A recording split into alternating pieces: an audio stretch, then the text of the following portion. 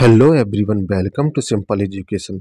दोस्तों, आज के इस वीडियो में हम एनालॉजी से संबंधित कुछ सवाल लेकर आए हैं जो कि बहुत ही इम्पॉर्टेंट है। दोस्तों, यह सवाल कई बार रिपीट होते हैं और एग्जाम में अक्सर रीजनिंग के पोर्शन में यह सवाल आते ही आते हैं। ठीक है दोस्तों, इस तरीके से सवाल आपको पूछा जाएगा एनालॉजी का। अधिकांश बच्चे जो हैं 99% हैं जो इस चीज़ को गलत करके आते हैं या समय लेते हैं, इस चक्कर में उनका आंसर गलत हो जाता है। ठीक है दोस्तों, तो इन सवालों में जो भी कठिनाइयाँ आती हैं, आज हम इसको दूर करने की कोशिश करेंगे। ठीक है, स्टेप बाय स्टेप इस सवालों को हम सीखेंगे।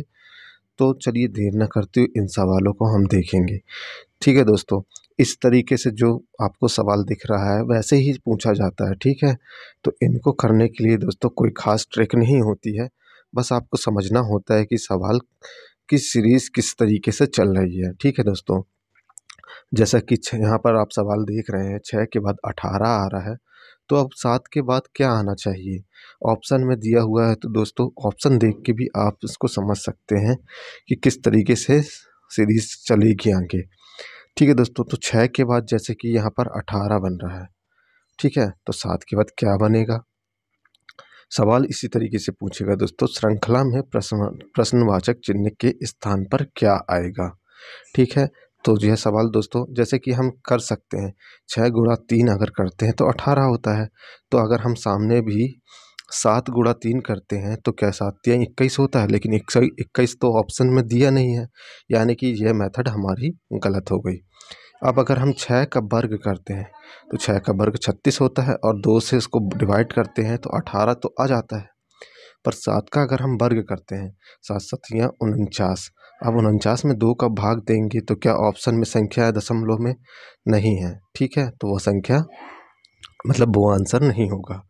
ठीक है दोस्तों, तो अब हम क्या करेंगे, चलिए एक और ट्रिक करके देखते हैं। तो 6 का अगर हम वर्ग करते हैं तो 6 छंग 36 होता है और 7 का हम वर्ग करते हैं तो 7 सतियाँ 49 हो जाता है।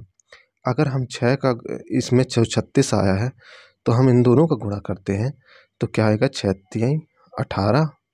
और अगर हम 4 और 9 का गुणा करते हैं आपस में तो 9 चौको 36, तो 36 क्या है, ऑप्शन में है।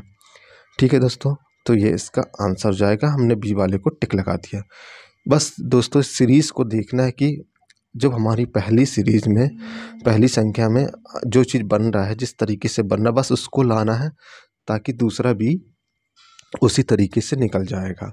ठीक है, नेक्स्ट क्वेश्चन करते हैं तो और क्लियर हो जाएगा। यहाँ पर दोस्तों 624 है, 12 है, इसके बाद 933 है, इसके बाद हमें संख्या निकालनी है। तो हम देखते हैं दोस्तों, ऑप्शन में संख्या छोटी छोटी दी हुई है, 6 7 8 9। ठीक है, तो इनमें से ही एक आंसर होगा। तो 624 के बाद 12 कैसे बन सकता है वह हम निकालेंगे सबसे पहले। इसके बाद 933 से हम निकालेंगे तो जो भी संख्या है वह निकल कर आ जाएगी। तो यहाँ पर देखते हैं 624। ठीक है दोस्तों, तो कैसा कर सकते हैं इसको, 624 को अगर दोस्तों हम 6 और 4 का गुणा करें तो 6 चौको 24 हो जाता है। ठीक है, अगर हम उसमें दोस्तों 2 का भाग देते हैं बीच वाली संख्या का तो क्या आएगा, 12 आ जाता है। ठीक है, इसी तरीके से इसको भी करके देखते हैं। 9 तिहाई 27 और 27 में हम 3 का भाग देते हैं तो क्या ऑप्शन में जो संख्या है वो आ रही है? तो ठीक है, करके देख लीजिए। 3 तिरका 9, 3 चौका 12, 3 पाँच 15, 3 चिंग 18, 3 सत्ते 3 नाम 27, तो 9 आया इसका आंसर। ठीक है दोस्तों, यहाँ तक क्लियर है। हमें सिर्फ पहली वाली संख्या को लाना है, इसके दूसरी वाली तो हमारी निकल कर आ ही जाती है। ठीक है, इस सवालों को दोस्तों आप जितनी बार इनकी प्रैक्टिस करेंगे उससे आपका कॉन्सेप्ट क्लियर होता जाएगा। इसमें कोई खास ट्रिक नहीं होती है। चलिए नेक्स्ट क्वेश्चन देखते हैं। यहाँ पर दोस्तों 17 है, 60 है, 20 है और हमें आंसर निकालना है। तो हम किसको किस तरीके से हल कर सकते हैं? 17 के बाद दोस्तों 60 कैसे बन सकता है? ठीक है, 17 के बाद 60 लाना है हमें और 20 के बाद ऑप्शन में दी हुई संख्या में से कोई एक आएगा। तो इसको आप सॉल्व करिए। चलिए यहाँ पर देखिए अब।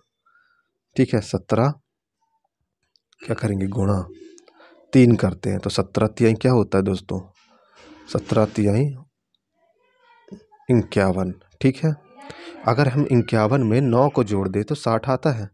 चलिए 60 आ गया, हमको कैसे भी इस चीज़ को लेके आना है। अब दोस्तों अगर हम 20 में भी 3 का गुणा करते हैं तो क्या आएगा, 20 तिहाई 60। ठीक है, अगर हम इसमें 9 जोड़ देते हैं तो क्या ऑप्शन में संख्या है वो आ रही है, हाँ आ जाएगी, 69 आ गया। यह हमारा आंसर हो गया। बस दोस्तों सवाल को देखना है, गुणा मल्टीप्लाई मतलब गुणा जोड़ इस तरीके से ही इसको हमको करके हल निकालना है। हमने पहले से दूसरी संख्या को निकाला तो हमारा तीसरे से चौथी संख्या निकल कर आ गई। यहाँ तक क्लियर हो गया दोस्तों। चलिए नेक्स्ट क्वेश्चन देखते हैं। अब यहाँ पर दोस्तों 6 है, 64 है, 11 के बाद हमको संख्या निकालनी है। 6 से दोस्तों 64 कैसे बन सकता है, अब कोशिश करिए। 6 का अगर हम वर्ग करते तो 6 छंग 36 हो जाता है, फिर भी 64 बहुत दूर पड़ रहा है। ठीक है दोस्तों, तो हम देखेंगे अगर हम 6 में दोस्तों 2 को जोड़ दें तो क्या हो जाता है, 8। अब 8 का अगर हम वर्ग करें तो 64 आता है। ठीक है, करके देख लेते हैं। ठीक है दोस्तों, तो चलिए इसको करते 6 + 2, इसका अगर हम वर्ग कर देंगे, इनको जोड़ दीजिए, 6 और 2 8, और 8 का वर्ग 8 अठैया 64 होता है। ठीक है, कुछ इसी तरीके से ऑप्शन दिए हुए हैं क्योंकि वर्ग में ही आएंगे। तो 11 प्लस अगर हम 2 करें तो क्या हो जाएगा, 13, और 13 का अगर हम वर्ग करते हैं दोस्तों तो 13 का वर्ग करेंगे तो कितना आएगा, 169 आएगा। आप लोग गुणा करके देख लीजिएगा 13 का 2 बार। ठीक है, तो क्या आ गया, 169। हम इसमें आंसर में टिक लगा देंगे। क्लियर हो गया यहाँ तक। इस तरीके से भी आप हल कर सकते। आपको बस जल्दी से जल्दी इसमें आंसर लेके आने की कोशिश करना होगा, और ये दोस्तों प्रैक्टिस से ही आएगा। आप जितनी इसकी प्रैक्टिस करेंगे उतना आपको अच्छा होगा। चलिए नेक्स्ट क्वेश्चन देखते हैं। 123 के बाद 4 आ रहा है, 726 के बाद हमें आंसर निकालना है। दोस्तों इस तरीके के सवाल जिसमें पहला जो वो होता है वो ज़्यादा दिया हो और दूसरी छोटी संख्या हो, तो हम उसको जैसे हमने पहले हल किया उसी तरीके से हल करेंगे। अब अगर दोस्तों हमें यहाँ 2 की जोड़ी बना लें तो 12 हो जाता है। ठीक है, और अगर हम 12 में 3 का भाग दें तो क्या आ जाएगा, 4 आएगा, 4 तिहाई 12। ठीक है, आ जाएगा। यहाँ पर 726 में हम अगर 72 की जोड़ी बना लें और 6 से भाग दें तो क्या हमारा ऑप्शन में जो आंसर है वह आता है। चलिए करके देख लेते हैं। तो 12 में अगर हम 3 का भाग दें, सॉरी हाँ 3 का भाग देते हैं तो 4 तिहाई 12 कट जा रहा है, ये तो 4 आ गया हमारा। इसी तरीके से 726 में 72 है, 72 भागित 6 करते हैं तो 6 कम 6 बचा कितना, 1, 6 दूनी 12, यानी कि 12 जो हमारा डी वाला ऑप्शन है वह हमारा आ गया। दोस्तों इन सवालों में हम भाग करके कोशिश कर सकते, बस पैटर्न देख लीजिए। अगर इस तरीके का पैटर्न आएगा तो आपको इस तरीके की मेथड लगानी होगी। दोस्तों इन सवालों को आप जितना ज़्यादा हो सके तो करने की कोशिश कीजिएगा, जिससे आपको ये क्लियर हो जाएगा कि सवाल किस तरीके से बन रहा है और सीरीज कैसी चल रही है। आप इसको हल करते करते, आप अभ्यास करते करते इसको हल कर पाएंगे। ठीक है, ट्रिक नहीं है।